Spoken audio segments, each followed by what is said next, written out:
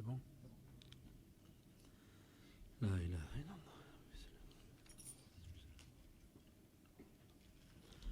بسم الله الرحمن الرحيم إن الحمد لله نحمده تعالى ونستعينه ونستغفره ونعوذ بالله من شرور أنفسنا ومن سيئات أعمالنا من يهده الله فلا مضل له ومن يضلل فلا هادي له وأشهد أن لا إله إلا الله وحده لا شريك له وأشهد أن محمدا عبده ورسوله وبعد أيها الإخوة الأخوات السلام عليكم ورحمة الله وبركاته. Donc comme à notre habitude, on est arrivé à ce troisième grand imam, illustre imam, qui est donc l'imam Shafi'i, rahimahullah. Et rappelez-vous qu'on a déjà donc parlé de l'imam Abu Hanifa, on a parlé la fois passée aussi de l'imam Malik, rahimahumallah jami'an. Et simple rappel, comme ça vous voyez plus ou moins dans la ligne, dans la chronologie, donc l'imam Abu Hanifa était né en 80 de l'Hégire et mort en 150. L'imam Malik est né en 93 et mort en 179. Et l'imam Shafi'i, subhanallah, lui, il est né l'année de la mort de l'imam Abu Hanifa. Donc l'imam Shafi'i, rahimahullah, lui, il est né l'année de la mort de l'imam Abu Hanifa, rahimahullah, c'est-à-dire en 150 de l'Hégire. Et il mourra en 204. Vous verrez, mashallah, qu'il a vécu une courte vie. Mais Allah subhanahu wa ta'ala a mis al-baraka, mis un bienfait immense dans la vie de ces gens-là, et comme on le voit dans la vie de l'imam Shafi'i, rahimahullah. Son nom, c'est Muhammad ibn Idris Shafi'i. Muhammad ibn Idris Shafi'i. Et son père donc est descendant mécois. Donc leur descendance de cette grande famille par rapport à son père. Donc il est de la Mecque, de la tribu de Quraysh et de la famille de Abdul Muttalib, le grand-père donc du prophète sallallahu alayhi wa sallam. Souvent, ya shabab, vous avez remarqué, on entend parler l'imam Shafi'i et on entend, on vous dit, oui, c'est le madhab que suivent en général les gens du côté de l'Égypte, Kada, mais il n'y a personne qui, des fois, entre guillemets, quand je dis personne, vous m'avez compris, c'est le mot qu'on dit en général par rapport à ce qu'on appelle dans la communauté, dans la masse, on ne prend pas son temps pour aller bien chercher et voir est-ce que tel et tel imam a quelque chose de proche, soit par rapport à la famille du prophète, sallallahu alayhi wa sallam, mais comme on le voit dans le domaine scientifique, dans le domaine, subhanallah, religieux, parce que des fois on peut être de la famille du prophète, sallallahu alayhi wa sallam, et mourir non musulman. C'est pas parce que tu es de la famille du prophète sallallahu alayhi wa sallam que tu as le paradis, et on l'a vu avec l'oncle du prophète sallallahu alayhi wa sallam. Il est né en Palestine. L'imam Shafi'i rahimahullah est né en Palestine, à Gaza, cette ville qui en général est très souvent, comme vous l'avez remarqué, oubliée. Petite parenthèse, comme d'habitude. Pendant les vacances, il y a eu à peu près combien de morts, qui se rappellent? En un mois. Quasi plus de 2000 morts. Est-ce qu'on en reparle aujourd'hui? Non. Pourquoi? Parce que, alhamdoulilah, tout va bien à Gaza maintenant. Tout, machallah, les palmiers, ils ont refleuri, le soleil brille, tout le monde est à la plage, tout va bien. Là, vous savez très bien que ça soit à Gaza, ça ne fonctionne pas. Que ça soit en Syrie, j'ai encore mis un post tout à l'heure sur Facebook, les frères de Baraka City viennent de montrer. Je n'ai pas voulu mettre le deuxième photo qu'ils ont mis, puisque un des frères est dans un village et il venait à peine de préparer l'enterrement de deux petits jumeaux, deux bébés qui sont nés, mais morts de froid. J'ai juste mis une d'un petit bébé, donc aussi qui est mort durant la journée, je crois d'hier, la même chose, mort de froid, parce que il y a quelques jours en Syrie, Saba, masha'Allah, une de ces périodes de froid et de neige, comme ils ont rarement eu. Donc, l'ard alikum, ce sont des contrées qu'on ne doit pas oublier. Que ce soit dans nos prières, nos invocations. Wallahi, on ne doit pas les oublier. Et ne pensez pas que parce que, entre guillemets, dans les médias, ça ne parle pas de Gaza, que ça veut dire que tout va bien. Là, c'est tous les jours, il y a encore des morts, tous les jours, il y a encore des problèmes, et ainsi de suite. Et ce, de par le monde entier. Prenez le cas de la Birmanie. Alhamdoulilah qu'on a des frères à gauche, à droite qui envoient des photos. Ah, là, c'est catastrophique. La semaine passée, tout un groupe de Birmans musulmans ont dû traverser d'un village à un autre pour échapper à la junte là, qui voulait les tuer. Et ils sont arrivés, wallahi, de la boue, de la tête aux pieds. Et les photos, ceux qui sont abonnés sur Facebook, qui les voient de leurs propres yeux. Afrique centrale de nouveau. Où sont les musulmans qui sont massacrés tous les jours? On en parle ou on n'en parle plus? on n'en parle pas. Donc là, ce n'est pas spécialement entre guillemets les médias qui doivent diriger nos cerveaux, loin de là, c'est à nous d'aller chercher, d'aller voir qu'est-ce qui se passe réellement de par le monde. Et nos frères et sœurs, wallah, ils subissent tous les jours, on ne doit pas les oublier. Donc l'imam Shafi'i, rahimahullah, est né à Gaza en l'an 150. Et son père donc était établi et vivait donc à Gaza et va mourir alors que l'imam Shafi'i était encore très petit. Il est encore en bas âge. Et il va être éduqué par sa mère. Ça aussi, parce que vous vous rappelez le titre qu'on met, c'est les leçons à tirer de ces grands savants. Ce n'est pas simplement de venir vous lire l'histoire, mais on a dit de passage par passage, comme on a fait avec les autres, les petites leçons qu'on peut tirer. Ben regardez, donc le père meurt. Il est petit, reste la mère. Mais regardez, subhanallah, qu'est-ce que ça a donné? Ça a donné le nom d'un imam qui depuis combien d'années, tabarakallah? 150 de l'hégire et on est en 1436. Donc on va dire entre guillemets plus de 1300 ans et son nom il est connu. Son nom est connu, il est répété partout. Grand et illustre savant. Et ça donne une leçon à nos familles quand des fois il arrive que les parents, un des deux parents meurt. Cela ne veut pas dire que l'enfant doit être délaissé. Tu ouvres sa mère, masha'Allah, et souvent, qu'Allah subhanahu wa ta'ala récompense nos mères. Parce qu'il ne faut pas être gêné de le dire, c'est nos mamans, la plupart, et vous le savez, c'est nos mamans, qu'Allah subhanahu wa ta'ala, Allah irham celles qui sont décédées, celles qui sont vivantes, qu'Allah les protège, c'est nos mamans qui sont à côté de nous, beaucoup plus que nos pères et beaucoup plus que nous, parce que moi aussi je suis un père. Le père travaille, il est en déplacement souvent.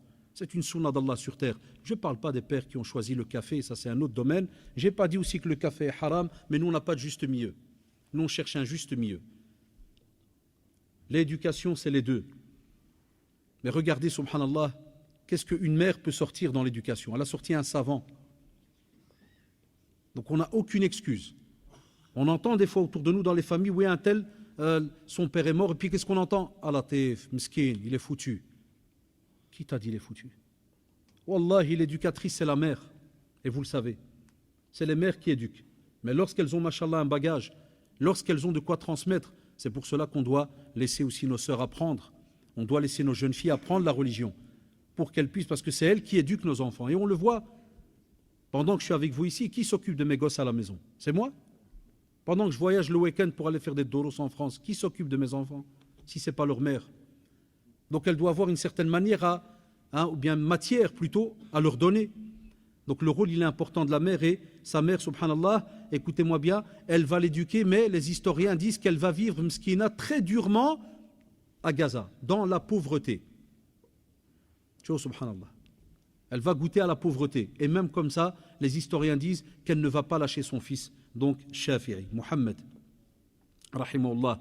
À l'âge de 10 ans, sa mère mskina, elle n'arrivait plus à suivre. Qu'est-ce qu'elle fait? Elle le prend avec et elle retourne où ça? À la Mecque, chez la famille de qui? De son mari. Vous vous rappelez? Qui sont descendants, ils ont de la famille où ça? À la Mecque. Et là, l'imam Shafi'i, rahimahullah, va commencer donc à étudier les sciences auprès des savants. En petit résumé, ils disent que c'était quelqu'un qui était grand de taille, qui avait un visage de couleur très brun, fort basané, un grand sourire, très très important, ça nous manque ça aujourd'hui. Ça je le dirais, wallahi, même si on me coupe la langue, mais aujourd'hui nos jeunes, dès qu'ils s'approchent de la science un petit peu, ils pensent qu'un des résultats, c'est que le sourire doit partir. Quand quelqu'un ne pratiquait pas et il entre dans la pratique, qu'est-ce qu'il pense? Que le sourire doit partir. Alors qu'au contraire, c'est là que le sourire doit apparaître. La religion est belle. Les textes, wallah, ils sont beaux. Et toi, tu dois penser à la ni'ma qu'Allah subhanahu wa ta'ala t'a donné d'être musulman et d'être revenu dans la pratique. Souris, mon frère, ma soeur, souris. Non, nous, nos frères aujourd'hui, qu'Allah subhanahu wa ta'ala les guide, et vous avez remarqué ce que ça donne, mouchkila. Ça tire la tête, un discours de haine, ça veut dire c'est fini, c'est comme s'il est en face de lui, je ne sais qui est en face de lui, loin de là. Loin de là. Wallah, vous avez remarqué ceux qui m'ont suivi depuis les deux grands imams qu'on a décortiqué un petit peu leur vie. Vous vous rappelez avec l'imam Abu Hanifa, qu'est-ce qu'il faisait aussi? Il rigolait avec ses étudiants. Il les invitait à la maison. Il bloquait un jour. Vous vous rappelez le mois passé, on en a parlé ou pas? Il bloquait un jour pour eux. Il faisait une taqsira spéciale avec ses étudiants. Touf al-rahma, touf la clémence, subhanallah, du prof vis-à-vis de ses élèves. Et regarde l'éducation qu'ils ont. Et nous, on a perdu cette rahma. Le sourire, je ne sais pas pourquoi il est parti. Je ne sais pas pourquoi, au nom de la religion, maintenant, on parle que méchamment, que de... Hein? Et c'est pour ça qu'on doit toujours revoir même les outils qu'on a entre les mains, parce que des fois, ils aident à être, entre guillemets, méchants. Et là, je vise les jeunes, avec Facebook et compagnie. Vous avez remarqué comment les jeunes se lâchent, comment ils s'insultent, comment ils se rabaissent. Hada, il est cher. Et comme on va le voir après, il est réputé dans sa génération. Tout le monde court vers l'imam Shafi'i rahimallah, et les historiens, ils sont unanimes. Ils te disent, il était souriant. Qu'est-ce que ça veut dire? Que c'était un égaré, hein? Oh là, tu vas oser, comme ils disent certains, des fois, il y en a qui me croisent. Excuse-moi, frère, faut pas mal le prendre, mais une fois, j'étais à ta conférence et tu as rigolé 2-3 fois, et le prophète me l'a dit, trop de rire, ça tue le cœur. Mais va te jeter au canal, là, frère. Non, c'est tout, moi, je rigole plus avec ça, wallahi. Va te jeter au canal. Qui t'a donné la définition de cette tradition? Qui t'a expliqué que le trop de rire, ça veut dire que si jamais tu donnes un cours et tu rigoles avec tes élèves, haram. Ça veut dire tous ces grands imams, wallah, et on doit les enlever alors de la liste. On doit les enlever. Comment on a compris la religion maintenant, de la nouvelle génération? Comment on l'a comprise? D'où on a pris les règles? Quelle manière? Donc on dit qu'il était très souriant. Et une longue barbe à laquelle il mettait le henna. Le henna avec la petite matière brunâtre, des fois un petit peu brun clair comme ça, ou ça dépend, des fois un peu brun. Donc il mettait souvent le henna donc à sa barbe ainsi qu'à ses cheveux. Et il avait une voix douce. Et subhanallah, avec un regard pétillant, c'est-à-dire un regard brillant. Ça, en général, ya shabab, wallah, ce sont les caractéristiques de quelqu'un qui vit bien, qui est serein, qui est apaisé. Et la preuve, on va le voir après, vous verrez, c'était quelqu'un qui n'avait pas de haine dans son cœur, même lorsqu'il parlait avec celui avec qui il n'était pas d'accord. Voilà pourquoi on a choisi de parler de ces gens-là, pour montrer des fois à notre jeunesse et à nous tous, c'est un rappel même pour moi, pour nous tous, que nos grands savants, subhanallah, ils avaient des beaux comportements. Ils avaient des manières de vivre qui ont fait que, regardez maintenant, il y a des pays entiers qui les suivent. Il y a des gens de génération en génération qui aiment tel et tel imam. Pourquoi? Parce qu'il était méchant et dur? Là, parce qu'ils ont laissé des traces de comportement exemplaires, masha'Allah. Les études de l'imam Shafi'i, rahimahullah, il a d'abord appris le Coran très jeune, avant d'arriver à la Mecque, donc à Gaza déjà. Vous avez remarqué, subhanallah, la plupart des savants ont tous appris le Coran quand ils étaient petits, la plupart. Ça nous laisse comme leçon, ya shabab, que cette communauté, tant qu'elle délaissera le Coran, on ne pourra pas plus tard arriver à des grands savants, wallahi. Deuxièmement, regardez comment les musulmans avant accordaient de l'importance au Coran. C'était la première chose qu'on enseignait aux enfants. Et après, ils se lançaient dans l'étude de la langue arabe. Nous, aujourd'hui, dire que je vais à l'école coranique, c'est devenu soit la honte, soit ça fait peur, soit c'est bizarre. Et je vais plus loin, les écoles coraniques commencent à diminuer. C'est vrai ou pas? Elles diminuent. Ce qu'on appelait par exemple au Maroc Dar al-Qur'an, on en avait, nous, ma génération, on n'a pas connu l'école arabe. Moi, je n'ai pas connu l'école arabe. Je vous le dis, je n'ai jamais étudié dans une école arabe, puisque dans les années 70, nous, on allait, c'était Jama', c'était par terre. Le Coran, l'Ouh, j'ai déjà expliqué.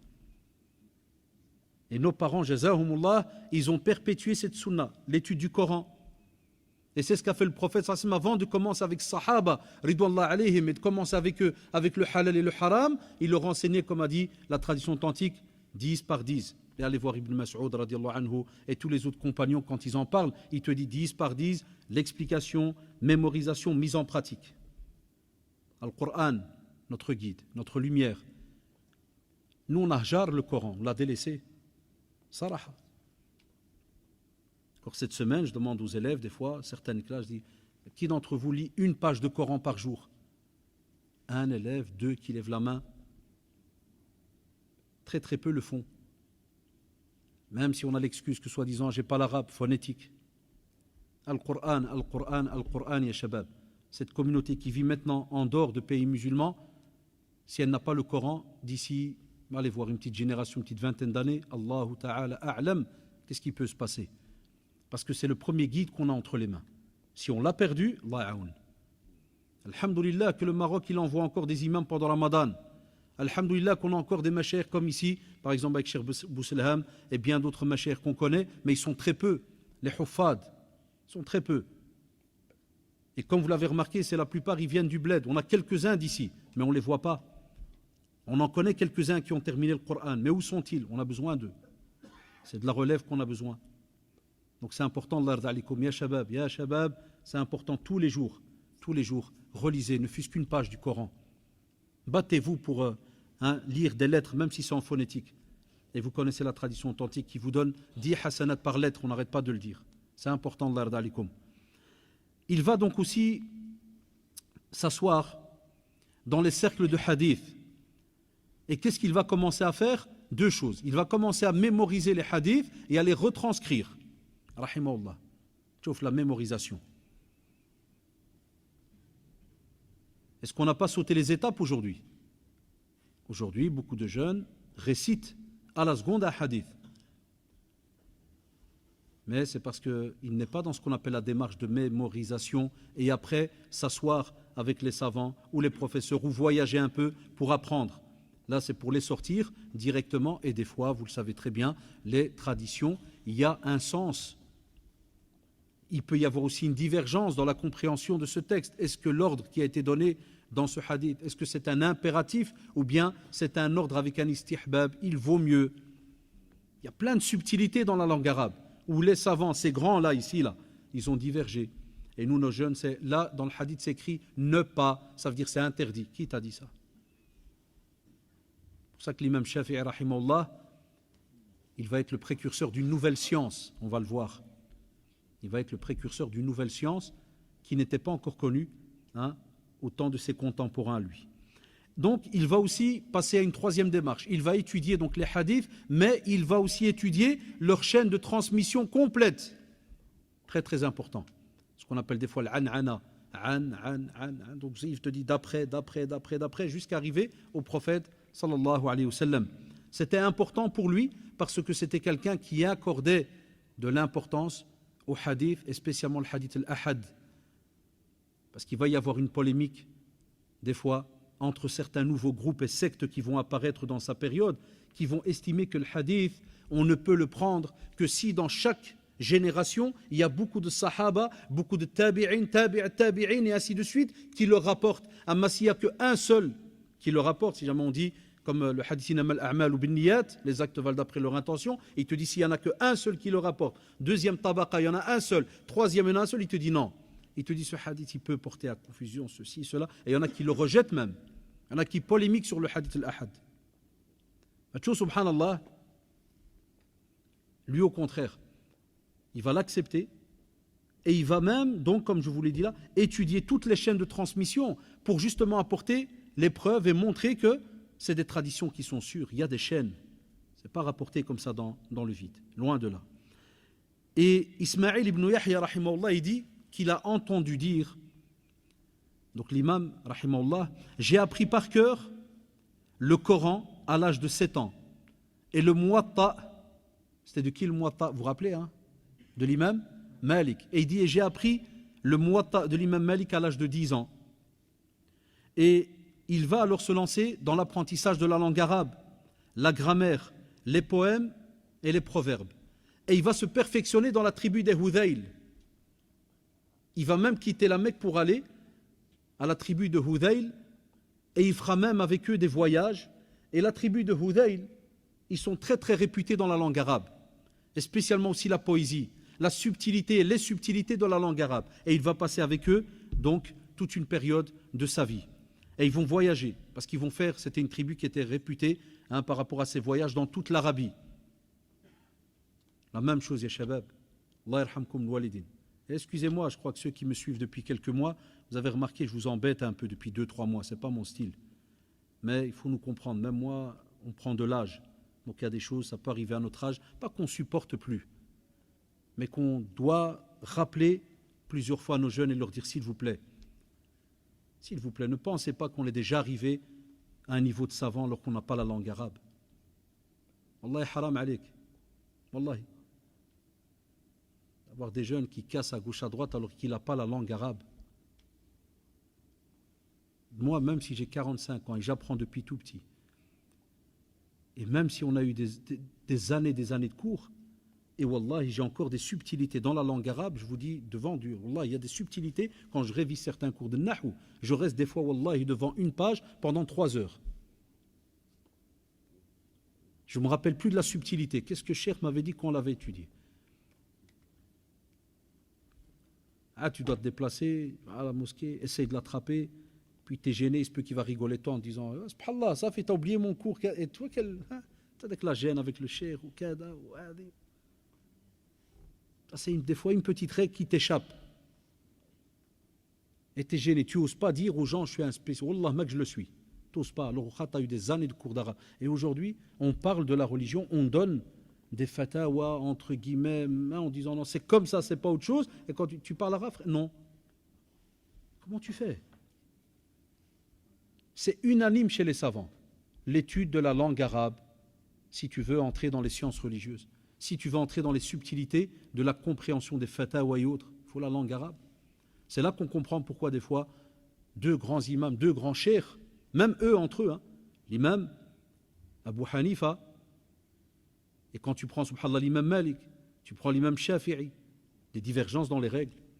L'imam Shafi'i va même des fois avoir des petites divergences avec l'imam Malik, rahimahullah. Ils sont de la même période quasi. Alors des divergences. Alors que c'est des spécialistes de la langue arabe. Et c'est pour ça que je dis à nos jeunes, l'ard alikum, ne soyez pas pressés, c'est pas pour rien que des fois, rien que pour expliquer un chapitre par exemple sur la prière, tu trouves un volume complet. Un volume. Il y a un volume, il y a les jeunes. Parce que quelqu'un qui ne serait pas musulman et on lui dit, tu vois ce volume, il explique toute la prière, toute la jurisprudence de la prière. Qu'est-ce qu'il va te dire? Il va dire, mais votre prière, j'ai déjà vu, c'est simple, vous mettez debout, vous descendez, vous remontez. Vous avez besoin d'un volume. Non, parce qu'il y a des subtilités, il y a des divergences à cause de certains mots en langue arabe. Et spécialement pourquoi il a voyagé et pourrait entendre et étudier les subtilités de la langue, parce qu'en ce temps-là, et ceux qui ont déjà, il y a des années, j'avais fait une conférence sur l'éthique de la divergence, on avait fait aussi un colloque au centre islamique sur l'éthique de la divergence, mais, subhanallah, il n'y a même pas 50 jeunes qui sont venus ce jour-là, à la kulli hal, c'est un autre dossier. Quand on a fait sur l'éthique de la divergence, on a remarqué, subhanallah, que certains mots en langue arabe, à la Mecque, ils ne se disent pas de la même manière à Bagdad, Al-Koufa, comme on l'appelait en ce temps-là. Ils ne disent pas de la même manière. La définition n'est pas la même. La définition n'est pas la même. Hatta dans les qira'at, dans les différentes lectures du Coran, si tu changes des fois une fatha avec une kasra ou avec une damma, tu peux vite changer. Tu peux passer à un COD, un COI, comme on le voit en français. Complément d'objet direct ou indirect. D'où pourquoi certains exégèses ont divergé entre eux par rapport à l'explication de certains versets. D'où sont apparues certaines sectes. Quand vous voyez par exemple le verset qui dit Inna Allah yahdi zid man yasha. Il y a un pronom là ou pas? On commence par un ta'kid. Inna, harfu ta'kid wa nasb. Il est là. Ça veut dire que c'est une certitude. Inna Allah. On dit Allah parce que il y a inna juste derrière. Donc Allah subhanahu wa ta'ala, c'est lui qui va faire l'action qui va venir. Quoi? Yahdi, il guide. Mais il y a un petit problème chez les exégètes. Ils ont remarqué man yasha. Ils ont dit man yasha, ça veut dire quoi au fait? D'après vous, c'est quoi man yasha? Man qui yasha veut. Ils ont dit est-ce que c'est Allah qui veut? Il guide ou il guide pas? Ou bien c'est man yasha, ça veut dire man yasha ou l'hidayah. Allah subhanahu wa ta'ala yahdi. Allahu akbar, tu vois la subtilité de la langue arabe. Wallahi, des sectes sont apparues. Hatta dans l'aqida, des sectes sont apparues rien que pour ce verset. Ils ont dit d'où vient la guidance? Est-ce qu'elle vient d'Allah ou de l'être humain? C'est lui qui la décide ou il la rejette. Allahu akbar, tu vois l'arabia, tu vois la langue. Des années d'études. Et nous à la seconde, pac, petit pit de casse, il te clash, Allahu akbar. De la retenue, ya shabab, de la retenue, de la patience. Des années. Le meilleur d'entre nous, ce n'est pas celui-là qui va montrer qu'il connaît, c'est celui-là qui reste dans la science des années. Jamais avec l'intention de montrer que, vous allez le voir après. C'est pour ça qu'ils ont réussi, ces savants-là, qu'ils ont tenu des années. l'intention, an-niyya qu'ils avaient. Et subhanallah, il était quelqu'un de modeste. Et les savants, écoutez-moi bien, ils disent, c'est très beau, ils prennent une parole de l'imam Shafi'i rahimahullah pour vous montrer sa modestie. Il dit lui-même, j'ai appris de Hudayl, de cette tribu avec qui j'étais, le tir à l'arc. Et il dit, j'excellais au tir au point d'atteindre la cible 10 fois sur 10. Allahu Akbar. Donc il prend l'arc à flèche, il se met ici, par exemple, l'a montré là-bas, il tire 10 fois, il ne rate pas la cible. Mais, écoutez bien, les historiens ils disent, on vient de vous dire qu'il était spécialiste en langue arabe, c'est vrai ou pas? Et il te dit dans cette phrase, tellement il est modeste, il n'a jamais dit que je suis spécialiste dans les sciences. Chouf, Allahu Akbar, la modestie, ilm, ulama. La seule fois où il a osé montrer qu'il s'y connaît, c'est dans quoi? Dans les choses de dunya, de la vie. Il leur a dit, moi le tir à l'arc, je suis un spécialiste, je tire 10 fois, je touche 10 fois. Et alors que la science, les gens venaient du monde entier pour aller le rencontrer, pour étudier chez lui, jamais il a dit, je suis le spécialiste de la langue.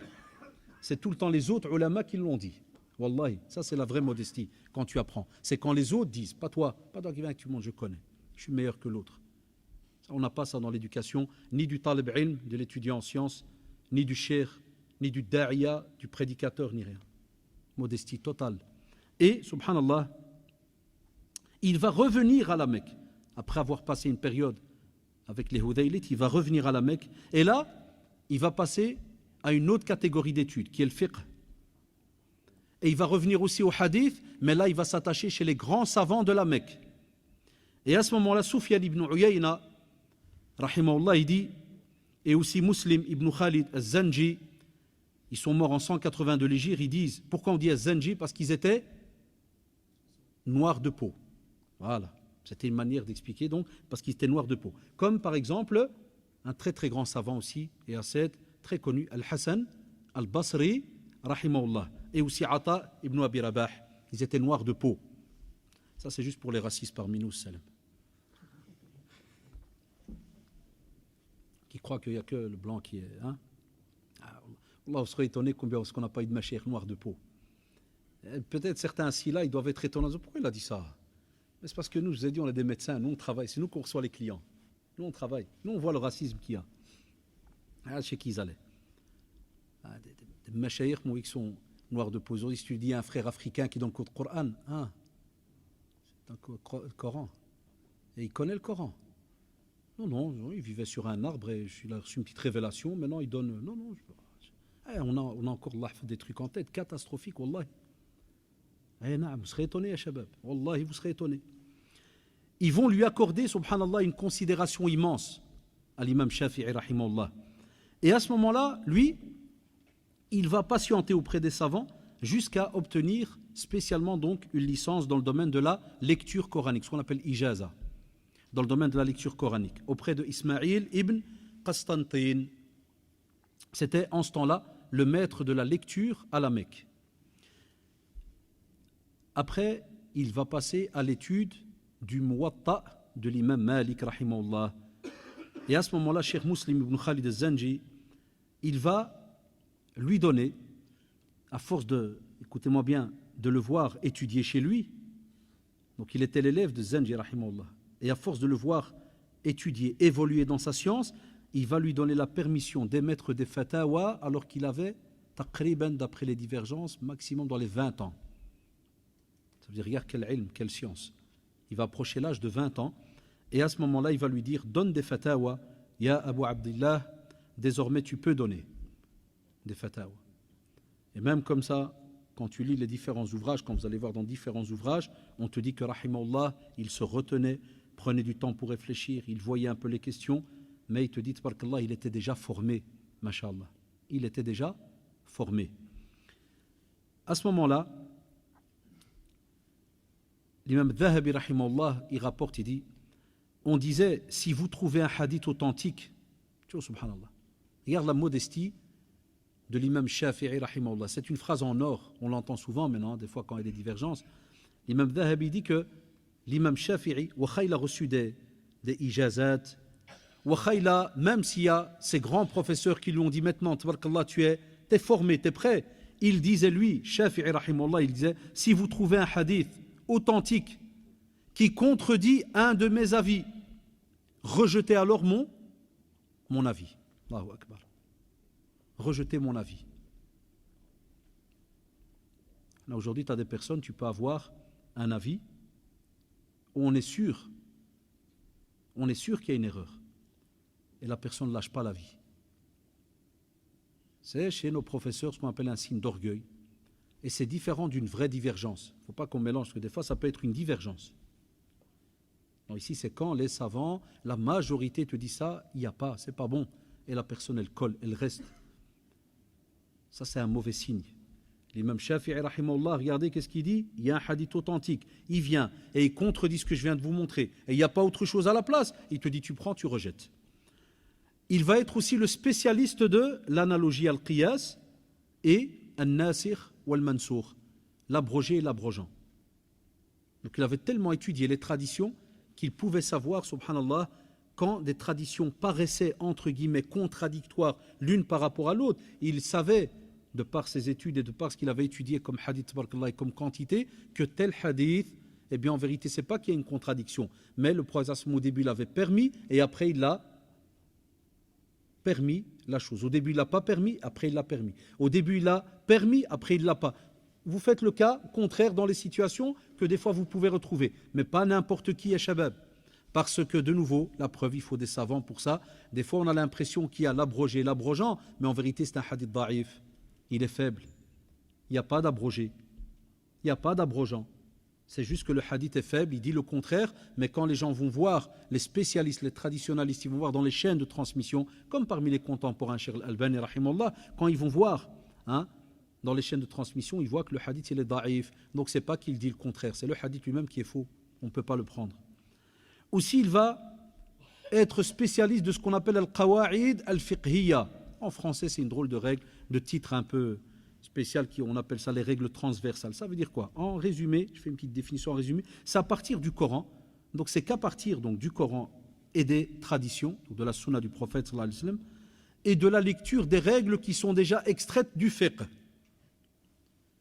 Les savants ont essayé de trouver des principes qui aideraient à l'extraction de nouvelles règles juridiques. C'est comme si, subhanallah, ils prennent le Coran, la sunna, ils ont déjà une règle. Et puis, avec l'apparition de certaines situations ou autres, ils continuent à extraire de ces mêmes règles-là d'autres règles. Comme quand des fois, nous, aujourd'hui, en 2015, tu peux avoir, par exemple, de certaines règles qui avaient déjà été, entre guillemets, bien précisées, avec des nouvelles situations qu'on a, on extrait encore d'autres règles, et ainsi de suite. L'un de ses fidèles, Al-Rabi' ibn Sulaiman, il nous explique en résumé quelle était une journée chez l'imam Shafi'i rahimahullah. Et il dit, écoutez-moi bien, il dit juste après la prière de l'aube, l'imam Shafi'i rahimahullah s'asseyait dans son cercle. Tu vois le baraka de l'étude le matin très tôt. Tu vois, subhanallah. Je me rappelle nos imams quand on faisait le Coran, quand on était tout jeune, j'étais toujours étonné parce que je ne savais pas au début pourquoi en horaire d'hiver et en horaire d'été, le cheikh chez qui on étudiait le Coran, Allah rahmou, il est mort il y a quelques années, il nous changeait l'heure. Et des fois, on devait aller une jama' à 7 heures du matin. Alors qu'on avait prié, Wallah ya shabab, à 6 heures du matin. On avait prié le fajr à 6 heures. On priait, on s'habillait, on devait aller une jama'. Le cheikh, il disait, maintenant, pendant 1 mois et demi, vous devez venir à 7 heures. Imagine-toi en ce temps-là, les gars. Pas de tram, rien, à pied. Et il changeait les horaires. On était étonnés. On disait, Dawash, il n'a pas de travail ou là pendant 3 mois, 7 heures, puis il met 8 heures, puis il met. Des fois même, Allah, on a eu cours à 6h30 du matin. Et un de nos professeurs, Miskin, qui est prédicateur, mais qu'on ne le voit quasi jamais, mais qui, tabarakallah, c'est Cheikh Ahmed Belqaddid. Certains le connaissent parmi les anciens ici. Cheikh Ahmed est le seul de notre groupe qui allait même étudier avant l'école, en semaine, après la prière de l'Fajr, chez Cheikh Al-Mudden. Chouf le Ça, c'était une habitude chez les savants, spécialement ceux qui enseignaient le Coran. Il te dit qu'après la prière de l'Fajr, il y a le baraka. Ça s'est perdu ou pas, ya shabab? Maintenant, il y a l'école arabe à 9h et le type, il vient à 10h. Parce que c'est l'école arabe. Ouais, attention, ne croyez pas que parce que c'est l'école arabe. Ce matin, j'avais des élèves, ils courent à 9h, ou là, ils sont rentrés en classe à 9h40. Je dis, t'étais où, frère? Je dormais, monsieur. Dunia Hani à l'aise. Il n'y a pas le feu, qu'est-ce qui se passe, hein, monsieur? Des fois, ils s'étonnent même que tu stresses. Tu regardes ce qui se passe. Il prépare déjà son journal de classe et la page retard. Nous, avant, il sonne à 8h20. Wallah, rare. De ma vie, je suis arrivé à l'école peut-être quoi? 2 fois en retard, 3 fois. Tout, primaire, secondaire. On l'a demandé, mon père est encore vivant. Peut-être 2 fois en retard. Et vous savez combien de retard? Vous savez combien le retard? Tu vas rigoler. 3 minutes. C'est-à-dire, Laurent, il était encore là. Et tu nous voyais la peur. La peur.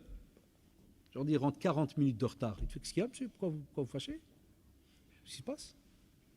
Ça ne se fait pas, c'est un manque de respect. Tu ne pourras jamais apprendre comme ça. Il y a les jeunes, ils ne pourraient pas apprendre. Donc il dit, subhanallah, il commence à ce moment-là, vous savez ce qu'il commence? Le cercle du Coran. Il commence à donner le cours du Coran. Et il va le faire, vous savez jusqu'à quelle heure? Jusqu'au lever du soleil. Et à ce moment-là, ses élèves se levaient. Ça, c'est les élèves qui viennent suivre quel cours? Du Coran.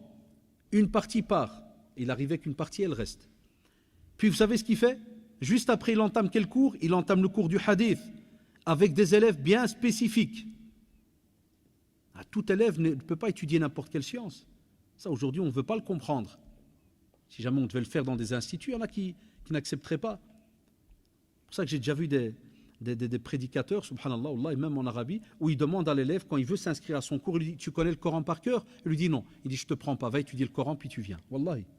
Et même au Maroc, il y a ça. Tunisie, Algérie, encore dans les endroits où il y a encore ce qu'on appelle des cours, vraiment dans les villages avec le machaïk et autres. Si tu n'as pas terminé le Coran, tu ne rentres pas dans son cours. Wallah. Subhanallah. Donc il avait, rahimahullah, des élèves spécifiques qui venaient étudier chez lui le hadith, jusqu'à ce que le soleil soit bien haut dans le ciel. Ça veut dire que ça approche presque de Dhuhr, le zénith. Puis ils partent. Et puis directement après, vient alors un cours spécial. Un groupe qui vient spécialement pour, écoutez bien, la langue arabe, la poésie, la grammaire. Jusqu'à Dhuhr. Allahu Akbar.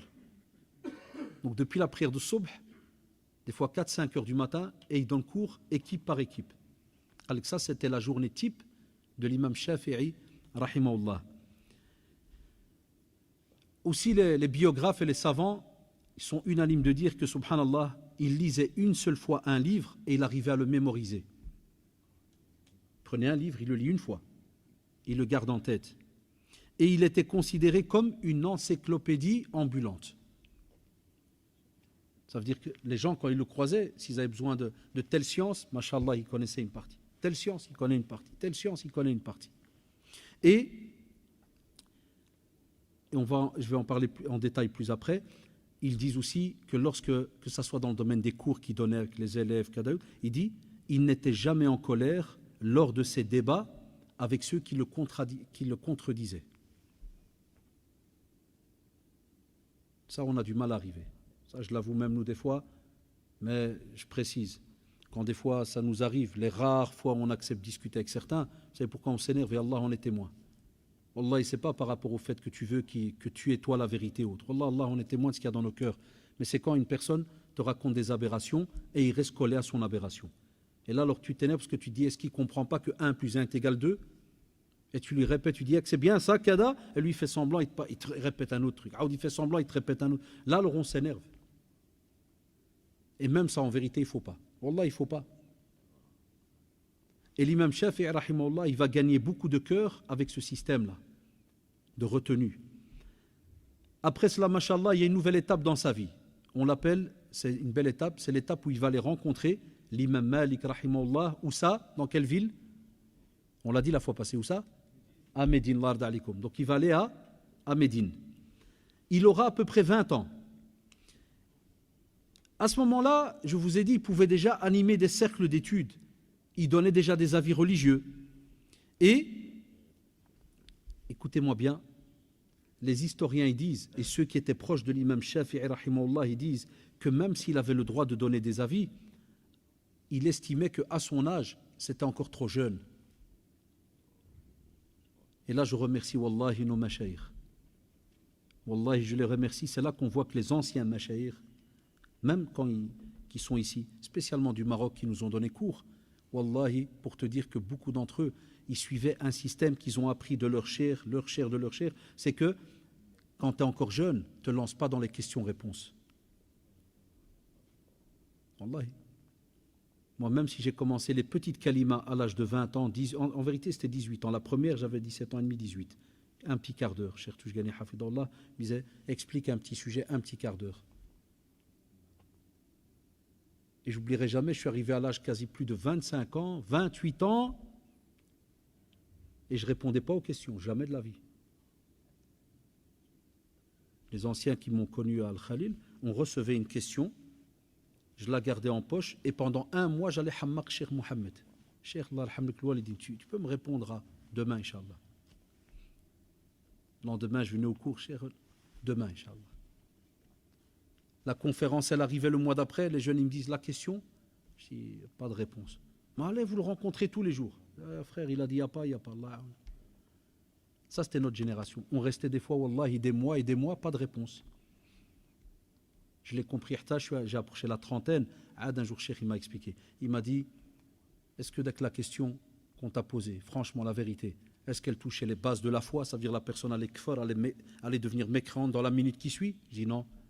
Il dit donc c'est pas urgent, alhamdoulilah. Même si on peut discuter, hein, on peut discuter de ce qui vient. Non. J'ai compris par après. Lui, il m'éduquait à moi, pas les autres.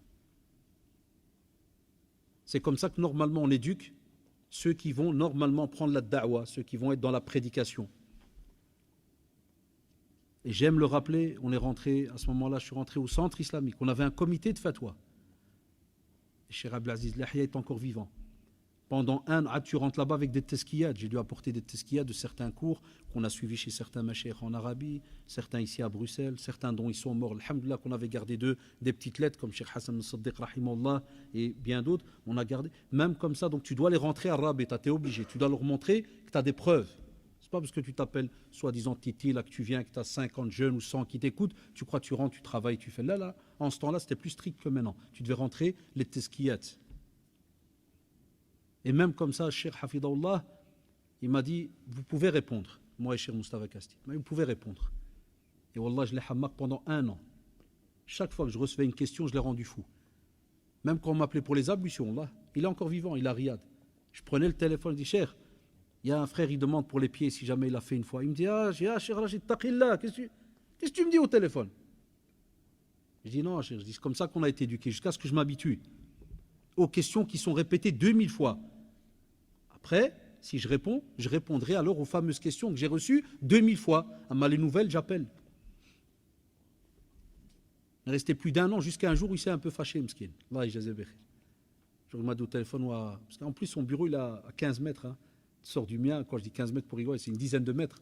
Je parle le chiffre exact, mais tu sors du bureau, tu traverses le secrétariat, puis il était dans l'autre bureau. Je l'appelais par téléphone. Wallah. Puis un jour il m'a dit, comme on dit chez nous, il me dit ça, fait machallah, vous êtes habitués maintenant.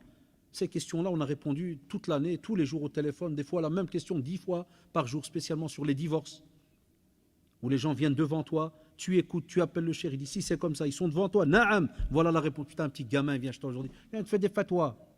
Va te jeter au parc, frère. Eh naam. Désolé. Qu'est-ce que tu connais de la vie des prédicateurs? Qu'est-ce qu'on connaît de leur vie?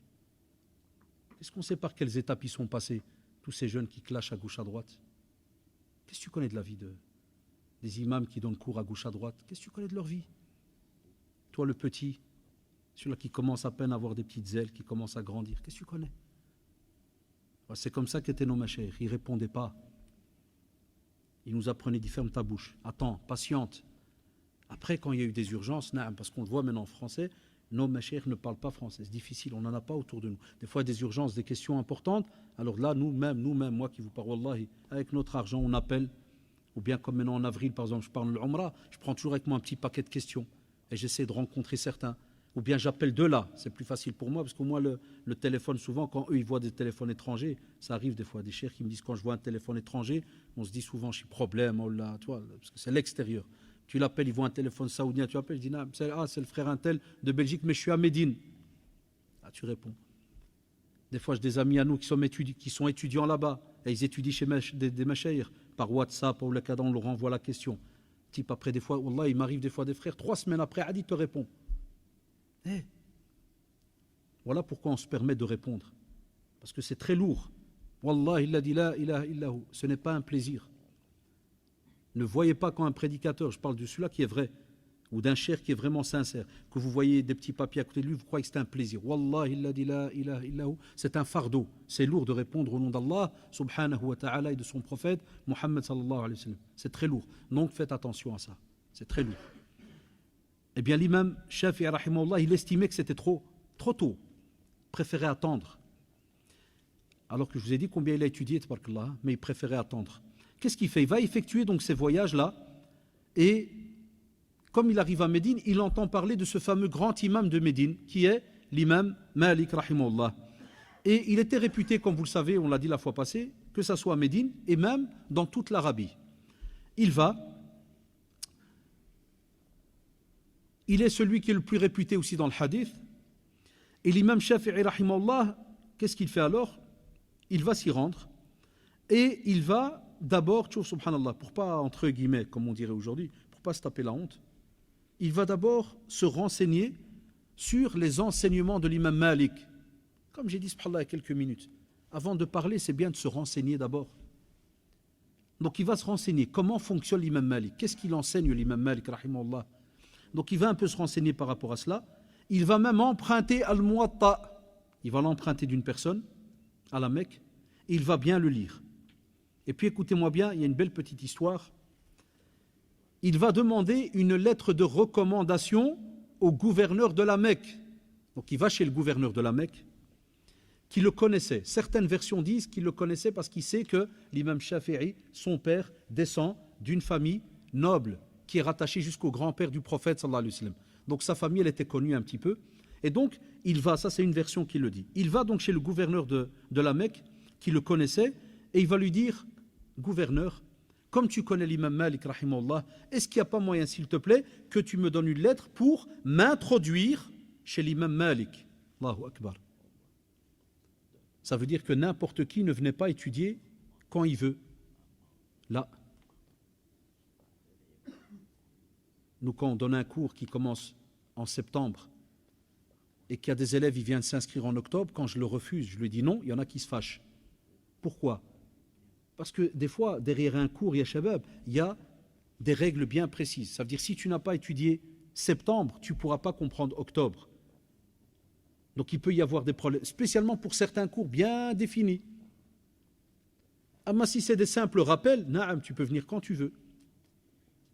C'est pour ça, ne soyez pas étonnés qu'il y a des fois des personnes qui disent « Ah, j'étais pour m'inscrire à tel endroit, ils ont refusé. » C'est normal, parce que si tu ne prends pas le cours depuis le début, c'est catastrophique. Eh bien, ce n'est pas la fin du monde, frère. Va étudier quelque part, par exemple, le Coran. Et là, tu peux rentrer quand tu veux, et vous le savez. Allah, pour ne pas le citer, Cheikh Al-Ayashi Hafidahullah, qui est de la mosquée Al-Khalil, combien de fois il dit « manque des élèves ». Alors, on ne voit pas de drari, hein. Là, il n'y en a pas 500. Petit groupe. Va. Ne dis jamais, ouais, mais c'est fini, cette année, il n'y a pas de cours parce que j'étais en retard, c'est octobre, ils n'inscrivent plus. Wallah, il y a toujours des cours, va étudier le Coran. Cheikh Bousselam, Hafidahullah, chaque fois quand je viens le mardi pour donner cours ici de Sira, Hafidakallah frère, quand je viens le mardi pour donner cours de Sira, chaque fois je l'entends réviser le Coran avec des élèves. C'est vrai ou pas les jeunes? Il y en a peut-être ici qui ont même cours avec lui. Viens. J'ai même entendu un des responsables qui a dit à un jeune « Ah, je veux suivre un cours, mais chez Haddad, c'est trop tard. » Parce que c'est vrai, on arrive à la fin du module. Le frère, il ne lui a pas dit « Non, ben, il n'y a plus rien ici. » Il lui a dit « Monte. » Le cheikh, il accepte les élèves. Parce que le Coran, tu rentres, tu prends, tu commences à étudier tes versets. Où sont-ils?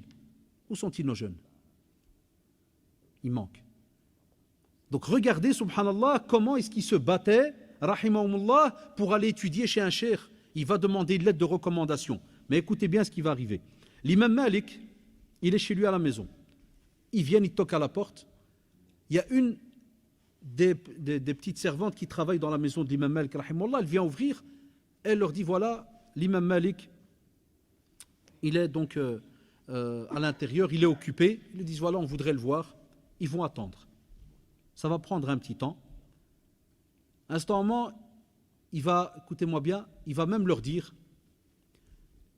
donc il dit à la servante, va leur dire, que si jamais ils ont une question, qu'ils notent sur un papier, si c'est urgent.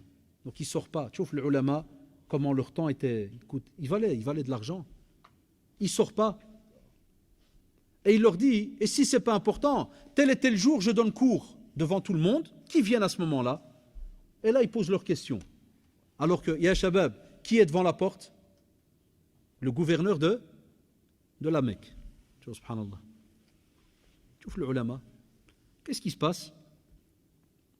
Le gouverneur, il fait comprendre, il dit, dites-lui que c'est quelque chose de très très important, parce qu'il sait c'est qui Shafi'i, rahimahullah. Après, il est jeune, mais il sait que c'est quelqu'un qui est rempli de science. Il dit, s'il te plaît, dis-lui que c'est important. À ce moment-là, l'imam Malik, rahimahullah, il les reçoit. C'est-à-dire quelle grande amitié va s'installer. Il les reçoit et il donne la lettre. Et subhanallah, il va se fâcher. Quand il va la lire, alors que c'est une belle lettre, c'est une lettre de recommandation. C'est pour dire, voilà, moi, s'il te plaît, je te demande, ya cheikh, j'interviens, je suis intermédiaire pour cette personne, qui est quelqu'un de bien, je connais la famille, kada, kada, il voudrait étudier chez toi. L'imam Malik, il va se fâcher, il va dire, comme quand on dit hasbunallah, la science du hadith est-elle tombée si bas pour qu'elle soit acquise par ses moyens? Wallah, c'est dur ou pas? Comme pour dire, tu veux étudier la science du hadith, tu crois que la science du hadith, elle se fait par des, genre comme si on dirait aujourd'hui des pistons, donc tu dois apporter quelqu'un avec une lettre pour que tu rentres, c'est pour montrer la noblesse de la science. Et il va les regarder et il va quand même alors discuter avec l'imam Shafi'i rahimahullah. Et même comme ça, à la première seconde, regarde les ulama qui veulent du bien. Il ne va pas lui dire ouais c'est bon, viens demain à 3h ou la kada. Non, il va d'abord lui donner une belle leçon. Il va lui dire, en résumé, il lui dit, crains Allah. Ah, tu veux être un étudiant en sciences, wallah ya shabab. Et excusez-moi si je taquine parce que justement, c'est l'occasion, ces leçons-là. Quand aujourd'hui certains ouvrent un livre, quand aujourd'hui certains rentrent sur YouTube pour écouter un cheikh, quelle est leur intention? Wallah ya shabab, quelle est notre intention? De clasher les autres ou de leur vouloir du bien? Quelle est ton intention quand tu parles d'islam à quelqu'un? Allah yarham babakoum, quelle est notre intention? D'attirer les gens à l'islam ou de les casser? De prendre son temps pour les écouter kada ou bien de les casser de nouveau? Quelle est notre intention? C'est pour cela, wallahi, je m'excuse d'être un peu peut-être sec ou j'exagère. C'est pas pour rien qu'on n'a pas ici maintenant, à l'heure où je vous parle en Belgique, par exemple, sur 600 000 musulmans. Je vous pose une bête question. Est-ce qu'on a, et vous avez la réponse, est-ce qu'on a 1000 étudiants en sciences religieuses? Yallah, répondez s'il vous plaît. Dites. Est-ce qu'on en a 1000? Est-ce qu'on en a 500? On peut descendre. Prenez-les. Ça, c'est si entre nous, on accepte les petites instituts qu'il y a, est-ce qu'elles sont justes? Est-ce qu'elles sont bien? Si tu vas rentrer dans la divergence entre les jeunes, toutes les instituts, c'est des égarés, il n'y a rien qui est bon.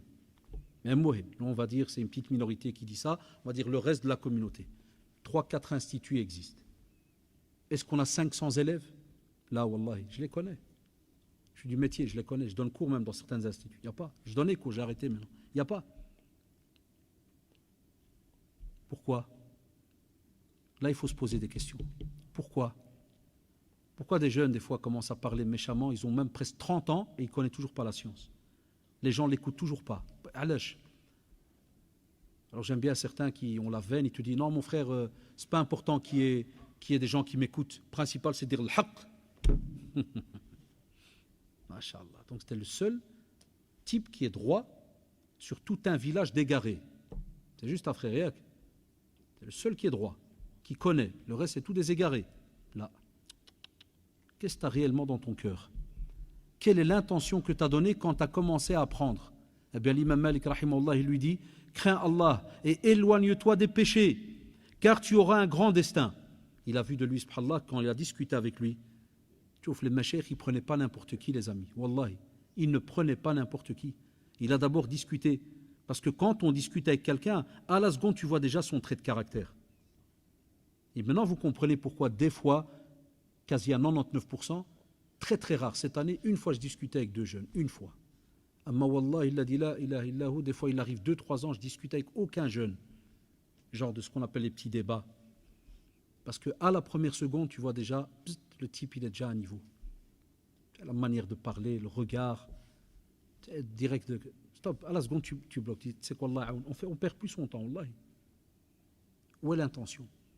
L'imam Malik, rahimahullah, rien qu'en parlant avec lui, il n'est même pas rentré avec lui dans les sciences. Il ne lui a pas fait d'examen encore. Il a déjà vu son caractère, comment il est. Et puis il passe à l'étape conseil.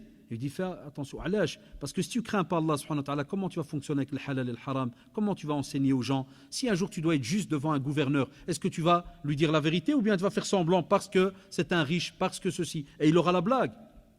L'imam Shafi'i, rahimahullah, vous allez voir après, va se retrouver dans certaines situations où ça va être dur pour lui. Qu'est-ce qu'il fait après, rahimahullah, l'imam Malik? Il lui dit, Allah a mis dans ton cœur une lumière. Ne l'éteins pas par la désobéissance. Et lui dit, viens demain au cours avec une personne qui te lira le livre. Il lui donne rendez-vous. Ça, pour ceux parmi vous qui ont déjà étudié chez des imams, ils savent de quoi je parle. Quand un cheikh il t'accepte à la maison, moi je me rappelle, wallah, et je le dis avec toute fierté, c'était les plus beaux jours de ma vie, parmi les plus beaux jours. Il y a aussi parmi les plus beaux jours le jour de ton mariage, il y a le jour de la première naissance, ton premier enfant, vous verrez, c'est ceux qui ont des gosses, ils savent de quoi je parle. On a comme ça des beaux petits jours. Il n'y en a pas 200 000, hein, entre guillemets. Il faut me comprendre. Un musulman, tous les jours, c'est beau. Mais vous avez compris, il y a des petits événements où, là, tu les mets toujours bien en haut. Ta première umrah, ton premier hajj. Ça, il y a des petits trucs comme ça. Pas ta première PSP, ta première Assassin's Creed. Là, c'est un autre dossier. Non, c'est les premiers, vous avez compris, les premiers pas dans la vraie vie. Alors, subhanallah, ya shabab, tu pouvais des fois gratter l'imam ici à Bruxelles. Tu le grattes. Wallah, mais il te regarde. Wallah, écoutez-moi bien. Wallah, mais il te regarde. Ça, les jeunes, ils ont oublié cette génération de maintenant. Wallah, mais il te regarde. Fais semblant de venir devant lui comme ça. Salam alaikum, cher. Puis alaikum salam. Wallah, mais il te donne 3 secondes. Et tu continues, tu se barres. Des fois, il dit qu'il peut lire la page. Tu fais semblant, tu te mets devant lui comme ça. Et lui, il est très malin. Après, Hadith l'avoue. Tu dis, je t'ai vu, Qazqaz là en train de sauter à gauche, à droite. Ah, les imams du Maroc, ça est très bien. Tu ne vas pas lui la faire. D'un jour, il te fait en cachette, il te fait, toi, ça te dit de venir étudier à la maison 2 fois par semaine, avec un petit groupe. Quand tu viens, tu crois que c'est un groupe de 25? Non, 6, 7, 8 personnes, pas plus. Nos machers, jazaoumullah, ils ont perpétué ce système. Et nous, maintenant, on l'a perdu, comme vous l'avez remarqué. À ce moment-là, l'imam, rahimahullah, Shafi'i, va au cours et il s'assit, il commence à lire à haute voix, parce que l'imam Malik lui demande. C'était comme ça que ça se faisait. Comme on le voit maintenant, par exemple, sur la chaîne marocaine, le Karasil Ilmiya, sur la chaîne 6, des fois tu vois, l'imam, le cheikh, il est assis sur la chaise, yak, les élèves sont en face de lui, et puis tu as toujours avec lui un élève qui lit. Ça, c'est comme ça chez les machers. L'élève, il lit, et le cheikh, il donne les commentaires. Qu'est-ce qu'il fait donc l'imam Shafi'i, rahimahullah? Il va au cours, il commence à lire. Lorsqu'il voulait s'arrêter, parce qu'il lit, et il remarque que l'imam Malik, rahimahullah, il est subjugué par sa lecture. Pas de faute, Kada, il lit bien, belle voix, il le regarde. Enfin, l'imam Shafi'i, il avait envie, rahimahullah, qu'au moins l'imam Malik, à ce moment, soit tu lui fais une remarque, ou bien lui dis stop, ou bien, qu'est-ce qu'il faisait l'imam Malik? Il lui indiquait, continue. Et il lui faisait comprendre, j'aime ta lecture, continue à lire. Et il dit, subhanallah, que l'imam Malik, rahimahullah, me disait, continue, jeune homme, jusqu'à ce que je lui ai lu tout le livre en l'espace de quelques jours. Alors que d'habitude, ça prend des mois. Et à ce moment-là, il dit, je suis resté chez l'imam Malik entre 9 et 10 ans. Les historiens, ils divergent entre 9 et 10 ans. Chouf, mashallah, combien d'années? Entre 9 et 10 ans chez l'imam Malik, rahimahullah. Ça, c'est une parenthèse pour ceux qui aujourd'hui, des fois, t'entendent. Vous savez, dans les nationalités, ce matin, je parlais avec mes élèves, j'avais des Marocains et des Turcs.